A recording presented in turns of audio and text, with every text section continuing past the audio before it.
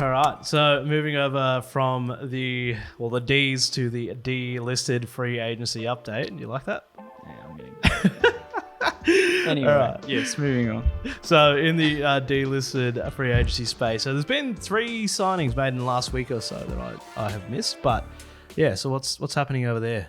Yeah, so again, this is kind of like it's quiet-ish, but I guess it's a window that is giving some opportunity. So yes, Wally Waits is kind of a good filler in actually for anyone else that was in New Zealand for the last couple of weeks that wanted to catch up. So yeah, Sam Naismith finds an opportunity at Richmond. Obviously, they need a ruckman after losing Van Soldo.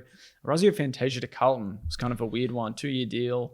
I think the Blues kind of want that type of player. I didn't think Razio Fantasia was going to be that player, nor did I think you'd probably get a multi-year deal, just given his injury history. But that's going to be an interesting one. Seemed like he was going to be a good chance to go to GWS and did a medical with them, but maybe it was the security of a 2-year deal at Icon Park that kind of saw him go to Carlton. Plus, he's quite familiar with Michael Voss, given their time together at Port Adelaide.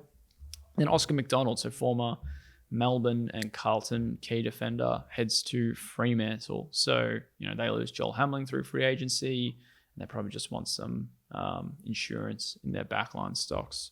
So, funnily enough, on top of the already known pickup for North Melbourne of Toby Pink, 3 of the 4 guys who have found new homes didn't play AFL this year. So Naismith was at Port Melbourne, Oscar McDonald was also in the VFL with Williamstown, and Toby Pink was at Glenelg. They all had great seasons, so certainly could find themselves playing AFL football next year. But I guess it's just funny to see, it's not necessarily the players who have been recently cut, but more so the players who have spent a year out of the system and are now finding themselves back in it. Could you see any of those playing round 1? Naismith, I'd say unlikely unless he's pretty much there if Nankervis can't play. And we've seen whether it's more so suspension, but injury as well for Toby Nankervis. So Naismith, yeah, like I said, just ready-made, has experience. Samson Ryan might just want more time developing as a forward. Fantasia, definitely. It's going to be a pretty interesting fight for selection, though, when you've got Corey Durden, Matt Owies, Jesse Motlop, and then even add Elijah Hollins into that now he's joined them. McDonald, unlikely. He's not going to be a best 22, 23 player, but Alex Pearce or Brennan Cox go down. He's on standby. Depth. Yeah, and Toby Pink's probably the best chance with Fantasia, maybe, just given North Melbourne's depleted back line. They'll be without Griffin Logue for the first half of the year at least. So, no, he's a great chance for sure. Yep. Interesting. And Adife is currently shut. Yes, it's kind of it's weird. So there's 3 windows. I think it's shut today. So what are we, Thursday, the 9th? And then I think it opens on Friday again for just the one day. So it's weird. It's list lodgement day today, and then tomorrow it opens for one day. I think after that list lodgement, and then it's closed again until pretty much when the draft finishes.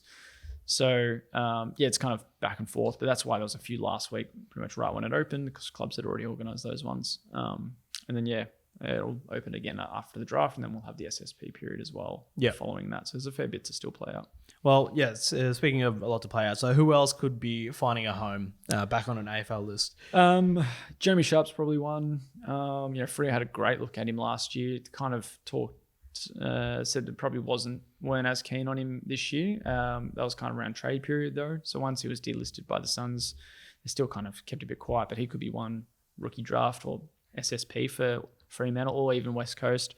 I like Brodie McLaughlin. Didn't get a run at the Suns this year though, despite kicking the most goals in the VFL. So he's one I think a few Victorian clubs would like. Bryn Teakle, Luke Foley, Trey Roscoe's probably some of the guys that recently got cut from this year that I think might be worth another stint. And then Dan McKenzie's one that has been delisted by the Saints as part of today's list lodgement, but he'll train with the Saints over the preseason anyway. If he can prove that he's still fit and got what it takes after a year hampered by calf injuries, then they'll pick him up again through the SSP. So that's another one to watch for guys kind of pushing for a career lifeline. Yep. All right. Interesting stuff.